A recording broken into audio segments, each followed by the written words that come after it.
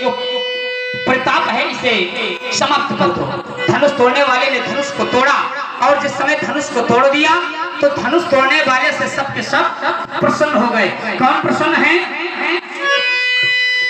बोल कर ही आरती पुर नर नारी ते ही निछावर बीत पिसारी। यहाँ के लोग आरती कर रहे थे और यहाँ के लोग कैसे हैं? बोल पुर नर नारी सुभगे सुचि संता तो कहा धरा मोतील जानी गुणवंता। धर्मशील है, ज्ञानी है, संत है और इनके द्वारा धनुष तोड़ने वाले की आरती की जा रही है। इन्होंने एक बात कही, अब हम आ गए, अब कोई आरती करे। प्यासी आरती करने का भी एक नियम है, किस अंग की कितने बार आरती की जाए ये मैं छोड़े दे रहा हूं। बता देना किस अंग की कितनी बार आरती की जाती है। आरती ये नहीं है कि चाहे दिन सुबह से लेकर शाम तक आरती करते रहो। आरती करने का एक नियम है कि किस अंग की कितनी बार आरती उतारी जाए और जब उत्तर नहीं आएगा तो मैं अपने क्रम में उत्तर करूंगा। दूसरी बात इन्होंने कहा अब कोई आरती करे। ये तो आरती का क्रम था। इन्होंने कुछ धारियां और पढ़ी कि हम आ गए, हमारे आने से ये सब बंद हो गया। क्या हो रहा था यहाँ पर? तो कुछ लोग कह रहे थे ले हुचड़ाई सी को धरी बांधो न बालक दो चौपी देह कछु करे सहाई चीतौ समर सहित दो। ये सब बातें जब परशुराम जी मिथिला में नहीं थे तब हो रही थी, तो परशुराम जी को कैसे मालूम? भाई जो व्यक्ति था नहीं और उसके सामने ये बातें हो रही थी तो फिर परशुराम को मालूम कैसे मालूम हो गई? परशुराम जी को किसी ने कुछ बताया भी नहीं, क्योंकि राजा जनक से जब ये पूछ रहे थे तो अति डर उतर देख नप नहीं, राजा जनक ने उत्तर ही नहीं दिया। तो फिर परशुराम को ये बातें सब मालूम कैसे? और जब ये बातें मालूम हो गई तो धनुष किसने तोड़ा ये नहीं जान पाए। जानना चाहिए कि नहीं जानना चाहिए? जानना चाहिए। दूसरी बात, ये धनुष इन्होंने कहा था कि महात्मा दधीच की अस्थियों का है, महात्मा दधीच की अस्थियों का है। अच्छा, हमारी जानकारी में नहीं है कि महात्मा दधीच की अस्थियों का है। पंडित जी कोई प्रमाण देंगे कि महात्मा दधीच की अस्थियों का है तो हम उसको स्वीकार करेंगे। अब हम ना करेंगे, आप लोग स्वीकार करोगे। भाई जो बात सत्य है जिसका प्रमाण मिलेगा उसको स्वीकार करना पड़ेगा, तो हम चाहेंगे। अब मैं इतनी ही बात में यहाँ रुका जाता हूँ और क्योंकि वार्ता लंबी। धन्यवाद बड़ा भाई, सुंदर संवाद चल रहा है। आज हम लोगों को समय मिला है कि हम लोग मंच में बैठकर संवाद सुन रहे हैं। बहुत बहुत धन्यवाद।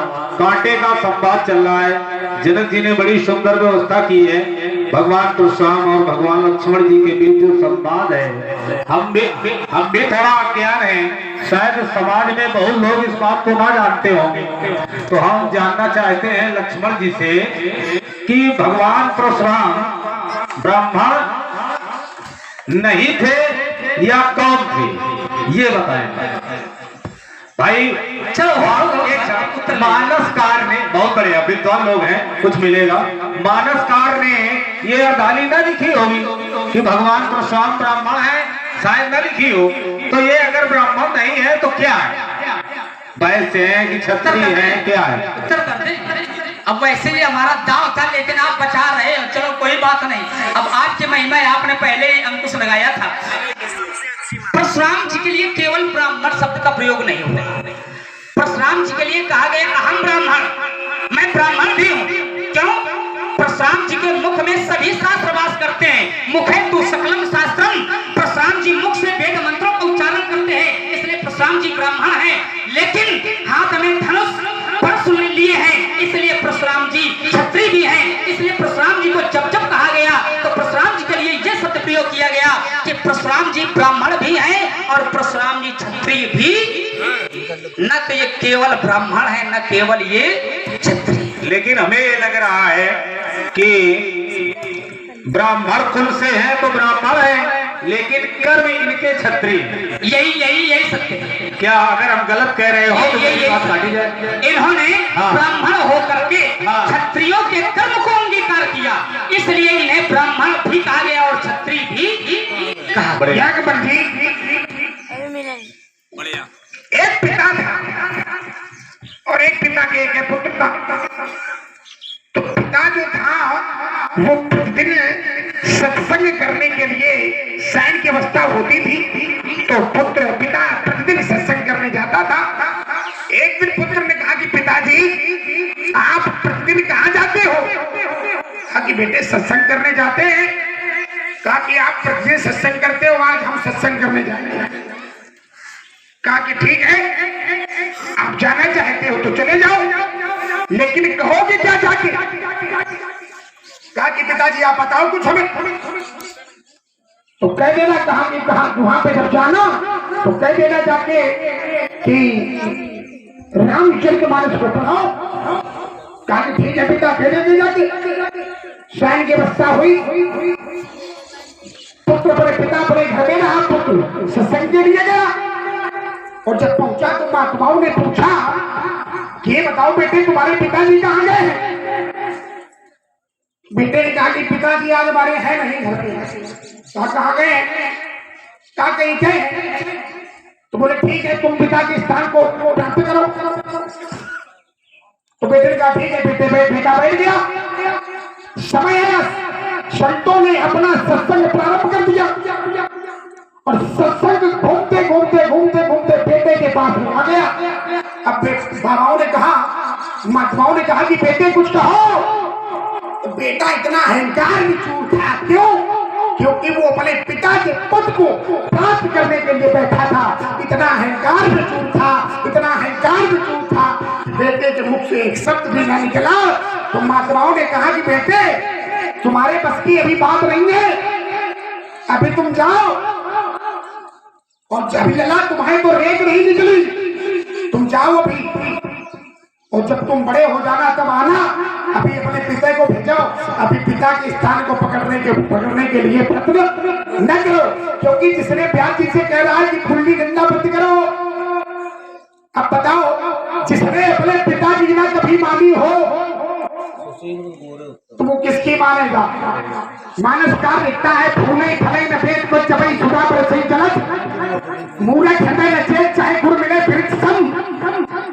मूरख को अपनाए ब्रह्मा क्यों न अपनाए, कभी उसके जीवन में परिवर्तन हो ही नहीं सकता। संसार का हर एक प्राणी जानता है, बच्चा जानता है कि परशुराम की ब्राह्मण है कि शूद्र है। और अगर कोई अनपढ़ बन के इस बात को पूछे तो उससे बड़ा संसार में कोई मूर्ख नहीं है। और आप लोग सुन रहे हैं, बड़ा ये मार्मिक संवाद चल रहा है, बड़ा कामसार का संवाद चल रहा है और प्रभावित हुए हमारी बात को ध्यान दिया।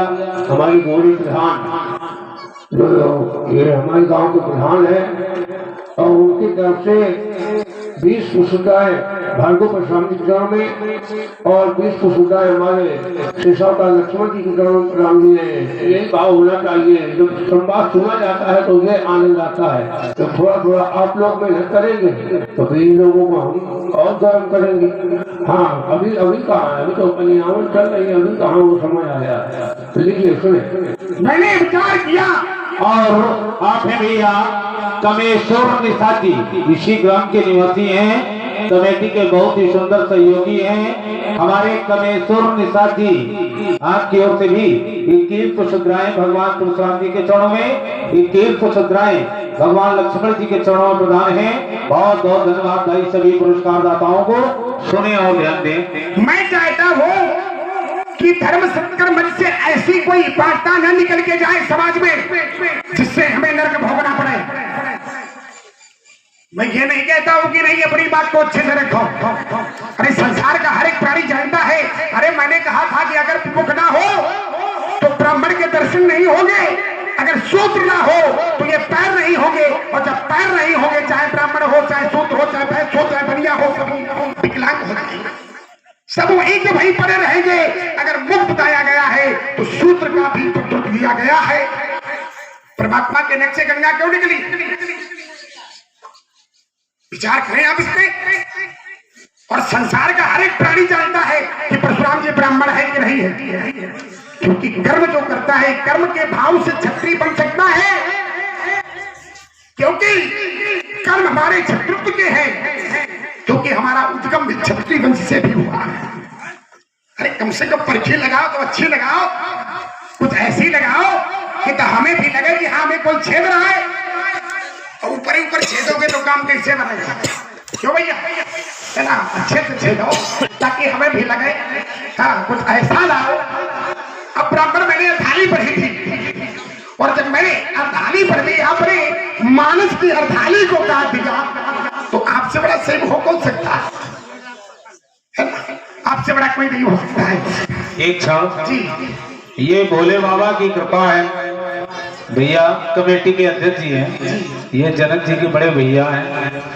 कह रहे हैं इस बार जो संवाद चल रहा है और भगवान परशुराम जी के द्वारा जो अभिनीत किया जा रहा है वो हम लोग पहली बार देख रहे हैं जी।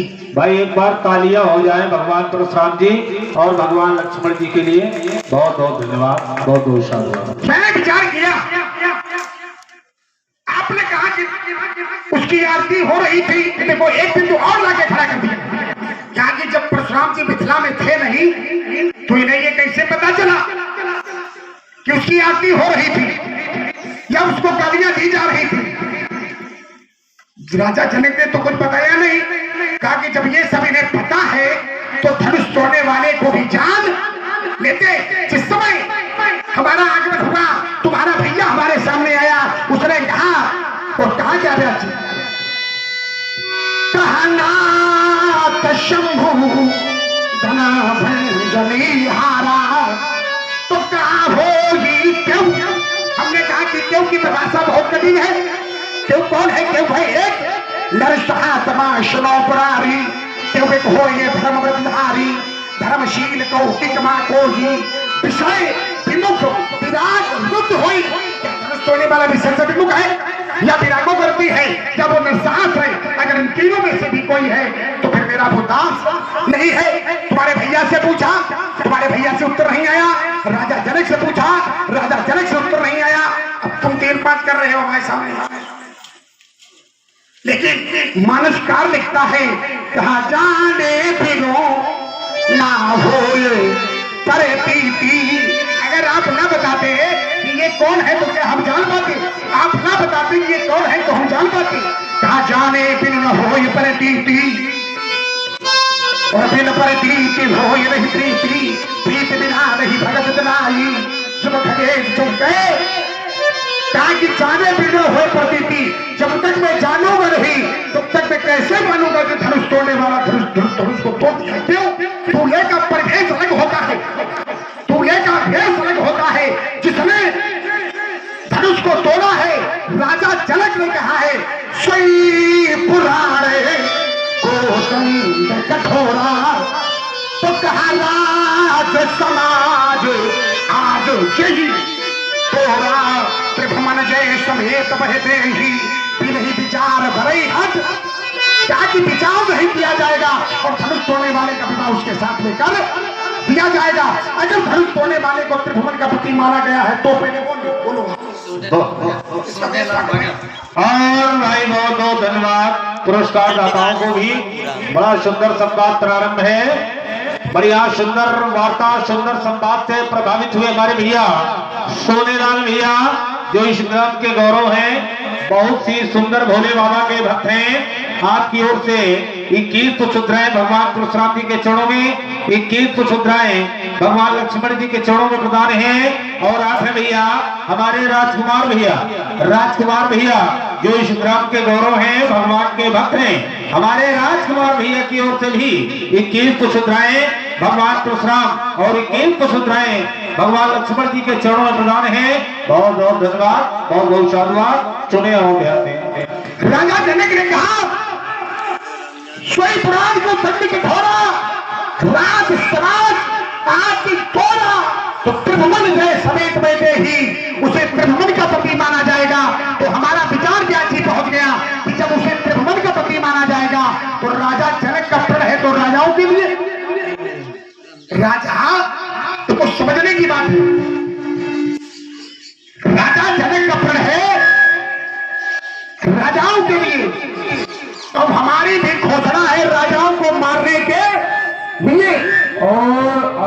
बड़ा ही मार्मिक स्तर पर आप लोग सुन रहे हैं।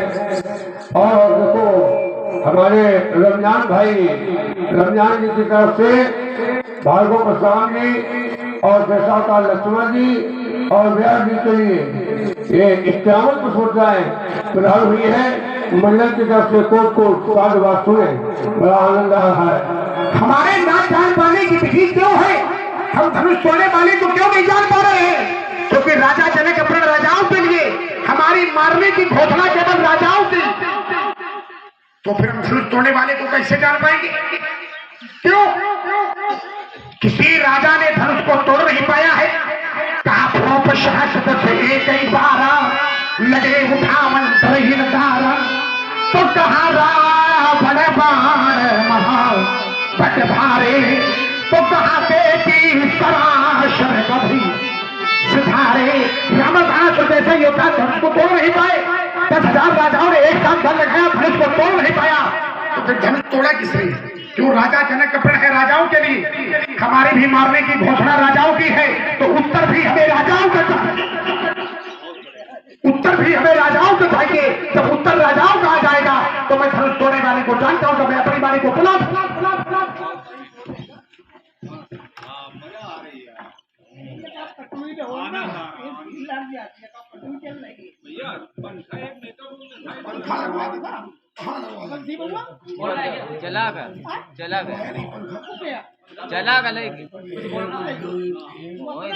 चलिए,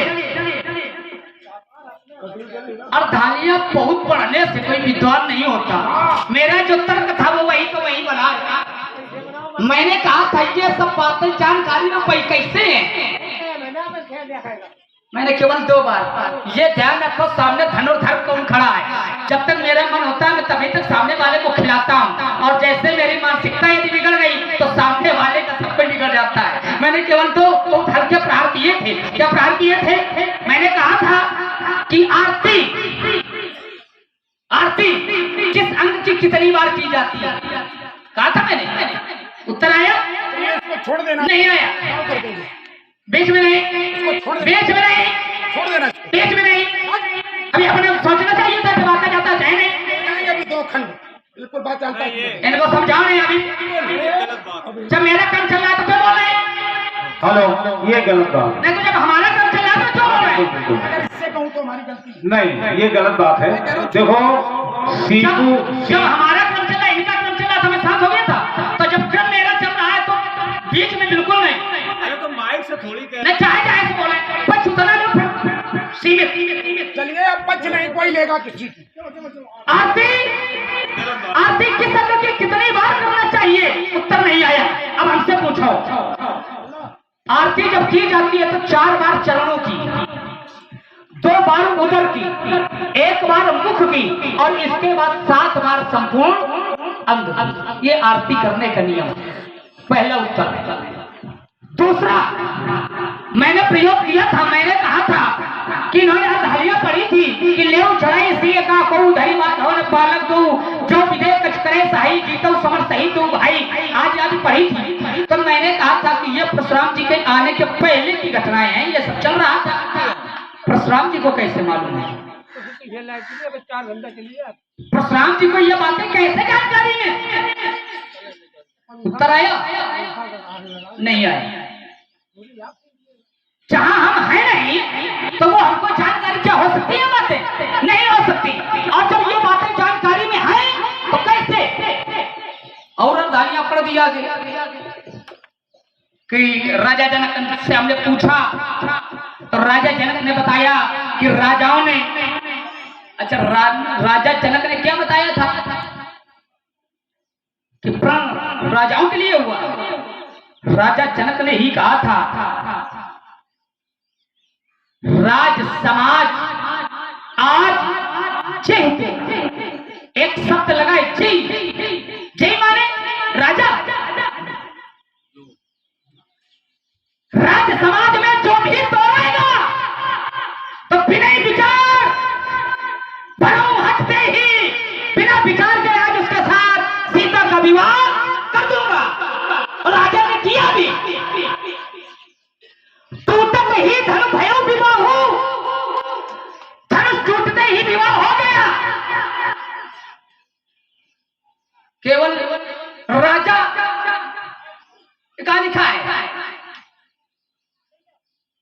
राजाओं से आपकी शत्रुता रही है और वही प्रतिशोध आप यहाँ निकाल रहे हैं।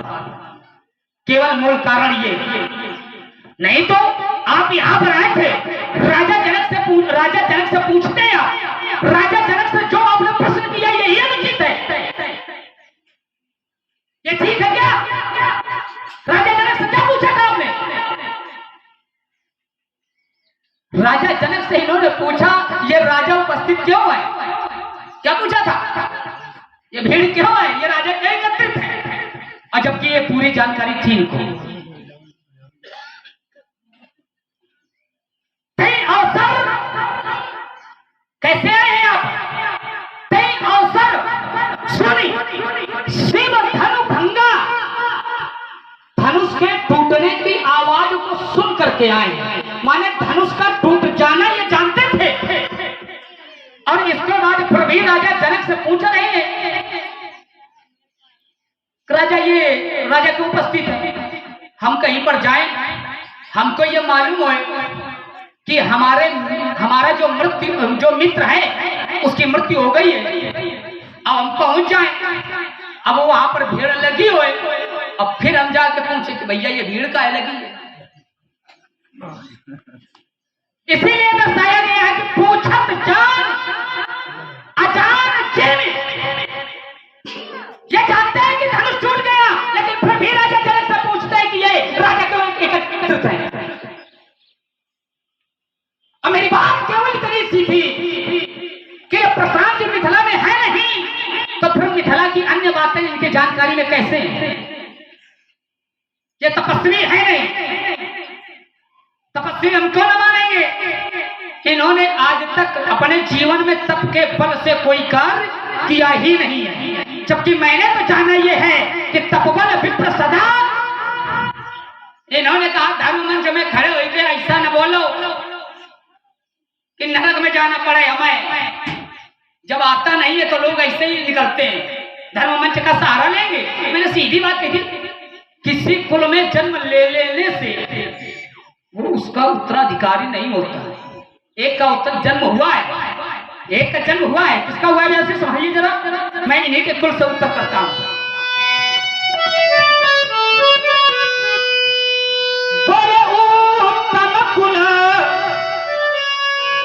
पुलस्ते करनाती, कुल उत्तम है, कौन है? तो कहा पुलस्त करनाती, पुलस्त जी का नाती है। करता क्या है? शिव बिरंज पूजो बहु भांति। उत्तम कुल में जन्म हुआ है, पुलस्त जी का नाती है। लेकिन क्या रावण को किसी ने ब्राह्मण कहा? क्या रावण को किसी ने ऋषि कहा? है उत्तम कुल का, पुलस्त जी का नाती है, लेकिन किसी ने नहीं कहा। हमने तो ये भी जानना है, हमारे पूर्वज हुए मनु जी, और मनु जी ने अपनी स्मृति में लिखा था कि मनुष्य जन्म से शूद्र होता है, मनुष्य जन्म से शूद्र होता है। वो कर्म के अनुसार जब संस्कार कराए जाते हैं, और जब संस्कार कराए जाते हैं उसको कर्म, ब्राह्मण के कर्म क्या होते हैं? वर्षा चलाना। कैसा कार्य किया ब्राह्मण? ब्राह्मण के कर्म होते हैं, क्या कर्म होते हैं? दान लेना, दान देना, यज्ञ करना, यज्ञ कराना, विद्या अध्ययन करना और कराना। ब्राह्मण का लक्षण यही है क्या? भगवान शंकर कहते हैं हमारी न मानो, शंकर जी की मान लो। भोले बाबा कहते हैं क्षमाशील जय परोपकारी। ब्राह्मण क्षमाशील होता है, इनके जीवन में क्षमा है? इनके जीवन में क्षमा नहीं है। क्षमाशील जय परोपकारी, परोपकारी, परोपकारी माने दूसरे का सहयोग करना, दूसरे की रक्षा करना, परोपकार करना। इनके जीवन में कभी परोपकार नाम का शब्द नहीं है। केवल इन्होंने लड़ी, अपने घर की लड़ाइयां लड़ी है, दूसरे का कुछ नहीं किया है। अपने तो सब करते हैं, जो दूसरे का करे वो परहित कहलाता है। चलिए, आचार्य शंकर कहते हैं वही ब्राह्मण क्षमाशील जय परोपकारी ते माने ते प्रिय मैं जथा करारी, मुझे वही ब्राह्मण प्रिय। शंकर जी की न मानो, अपने पिताजी की मान लो। श्रीमद् भागवत महापुराण के 9वें स्कंद में बताया गया जिस समय इन्होंने सहस्त्रबाहु अर्जुन का वध किया और वध करने के पश्चात ये अपने पिताजी के पास पहुंचे। पिताजी, हमने सहस्त्रबाहु का वध कर दिया। इनके पिताजी ने देखा और कहा, राम तुम वीर तो हो, लेकिन जो तुमने कार्य किया ये पाप युक्त कार्य किया। वो वध करने योग्य नहीं था। राम राम महाबाहो भवान पाप मकारशीत अवधि नर देवम यत सर्वदेवमयं वृथा। राम तुम वीर तो बहुत हो, लेकिन जो तुमने कार्य किया है ये ठीक कार्य नहीं किया। इसकी हत्या ब्रह्म हत्या से भी बढ़ करके 3 लोगों का यदि वध कर दिया जाए तो ब्रह्म हत्या का दोष लग जाता है। यदि गाय का वध कर दिया जाए, राजा का वध कर दिया जाए और किसी ब्राह्मण का वध कर दिया जाए तो ब्रह्म हत्या का दोष होता है। इन्होंने राजा का वध किया, सार्वभौमिक राजा था, ब्रह्म हत्या का दोष लगा। ऐसा भी नहीं, इन्होंने प्रायश्चित भी किया। प्रायश्चित के रूप में यज्ञ किया और जब यज्ञ किया तो यज्ञ समाप्त जब हुआ, जब हवन हम आप घर में कराते हैं तो बाद में दक्षिणा देते हैं कि नहीं देते? समय आया दक्षिणा देने का, और जब दक्षिणा देने का समय आया तो महात्मा कश्यप जी ने इनसे 2 वचन मांगे। परशुराम, हमें दक्षिणा के रूप में 2 वचन चाहिए। वो कौन से वचन थे? प्रथम वचन ये था कि परशुराम आज से तुम इस पृथ्वी में उपभोग नहीं करोगे, माने आज से इस पृथ्वी में तुम नहीं रुकोगे, शयन नहीं करोगे। दूसरा वचन, परशुराम आज से तुम नरसंहार नहीं करोगे, किसी राजा का वध नहीं करोगे। अब भैया विचार करो, प्रायश्चित का तात्पर्य ये होता है कि आज हमसे ये अपराध हो गया है, आगे भविष्य में दोबारा ऐसा ये अपराध नहीं होगा। जब से ये आए घोषणा क्या कर रहे हैं? उलटू मैं जहां लग तू राजू। राजा जनक जहां तक तुम्हारा राज है वहां तक पृथ्वी को उलट देंगे, और पृथ्वी में कोई इनका अधिकार है नहीं। जब पृथ्वी में अधिकार है नहीं तो पृथ्वी उल्टा में कैसे? पृथ्वी ने क्या अपराध कर दिया? तो सही घोषणा क्या की, न तुम्हारे चाहिए सब राजा करे, सब राजा मार देंगे और शपथ ये खाए कि आज से हम अस्त्र शस्त्र चलाएंगे नहीं। तो बताओ, हम तो इनके रक्षा के लिए आए खड़े।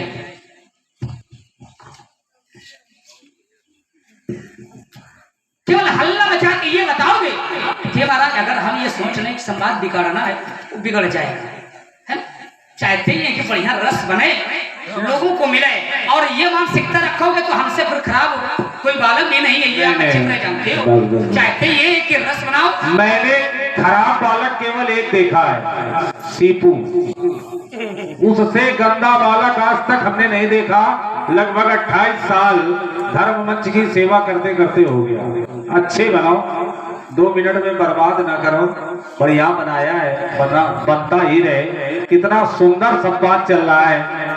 भगवान परशुराम जी बहुत व्यस्त थे, हम लोग कैसे लाए हैं, और तुम तो हमारे मंडल के, जनक जी के मंडली के मेन व्यक्ति हो, तो इसको बना के चलना। हमने समय को आपसे निवेदन किया था कि बहुत ही सुंदर संवाद होना चाहिए, वो प्रारंभ है तो संवाद अच्छा होगा। ये बस भाषा एक ध्यान रखिए। हाँ, हम बालक, यदि मैंने एक नियम भी बताया था, अगर हमारे मुंह से कुछ निकलेगा तो इनको स्वीकार करना पड़ेगा, क्षमा करना पड़ेगा। ये नियम है, क्योंकि क्षमा बड़न को चाहिए, छोटन को उत्पात। बड़ों का बड़पन उसी में है कि क्षमा करें, और छोटे अगर उत्पात ना करें तो फिर छोटे का है, लड़काई का है। अज्ञो भवत सा वाला, जो अज्ञानी है, जो मूर्ख है, वही बालक। प्रभावित हुए हमारे भैया, बहुत ही अच्छे भगवान के भक्त हैं, इस ग्राम के गौरव हैं हमारे चिनको भैया और कमलेश उत्तम भैया, बहुत ही सुंदर भक्त हैं। चिनको भैया और कमलेश उत्तम भैया जो बेता के निवासी हैं, आपकी ओर से भी 21 पुष्पद्राएं भगवान परशुराम और 21 पुष्पद्राएं भगवान लक्ष्मण जी के चरणों में प्रदान है। कोट साधुवाद, बहुत बहुत धन्यवाद, बहुत बहुत धन्यवाद। विचार करता हूँ लक्ष्मण की वाणी को मैं सुनता हूँ, सुन के विचार करता हूँ। जो व्यक्ति अपने पैरों पे खड़ा न रहे वो व्यक्ति नहीं है। क्यों? हमारी चर्चा थी केवल ब्राह्मण की, और मैंने कहा था कि मैं धनुष तोड़ने वाले को इसलिए नहीं पहचान पा रहा हूं कि धनुष तोड़ने वाला कोई राजा नहीं है, इसलिए मैं नहीं पहचान पा रहा हूं। जाने बिन न होई प्रतीति, बिन प्रतीत होए नहीं प्रीति, प्रीत प्रीत बिना नहीं भगत लाई, तो मैं उसको जान नहीं पा रहा हूं। उत्तर आप यहां पे कर देते तो तुम्हारी बात को स्वीकार कर लेते हम, और ये भी कह रहे हो कि हम बालक हैं। आगे के लिए छोड़ दो, अभी समय है, अभी वो लगा। हम बालक हैं और हम जो कहें कि इन्हें सुनना होगा। अच्छा, बालक छाती पर प्रहार कर रहे हैं, बालक छाती पर प्रहार कर रहे हैं, तो फिर बालक जब देखता रहेगा तो छाती पर प्रहार करेगा। जैसे पिता पर पुत्र प्रहार करेगा तो क्या पिता उसकी बात को सुनता रहेगा? एक बार सुन लेगा, दो बार सुन लेगा, तीसरे बार में देगा मिला के 90 अंश का कोण बनेगा। भाई कब तक सुनेगा पिता? तीसरे बार में तो मिला के दे ही देगा। हाँ, तो फिर उतनी उत्तमता करो जितनी चले, ज्यादा उत्तमता न करो। चलिए, आपने एक बिंदु कहा, एक बिंदु लगाया, चलो पहले उसको थोड़ा जांचे लेते। आपने कहा कि रामायण को कहीं पे ब्राह्मण कहा गया है। अगर रावण को ब्राह्मण न कहा गया होता तो भगवान शंकर अपनी लंका को पूजने हेतु रावण को ही न बुलाते। विचार करो, भगवान शंकर अपनी लंका को पूजने हेतु रावण को ही न बुलाए होते। क्यों बुलाए? अब हम तो कहेंगे नहीं, प्रमाण है। और जो आपने कहा किसका प्रमाण है? शांति से रहो।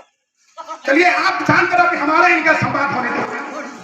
आज चाहे क्योंकि ये विकास के चरित्र ये ठगने वाले नहीं है।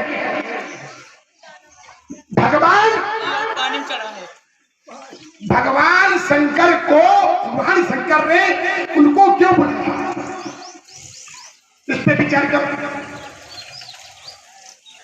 अगर वो ब्राह्मण नहीं है तो मानुष क्या लिखता है? लिखता क्या है व्यासी?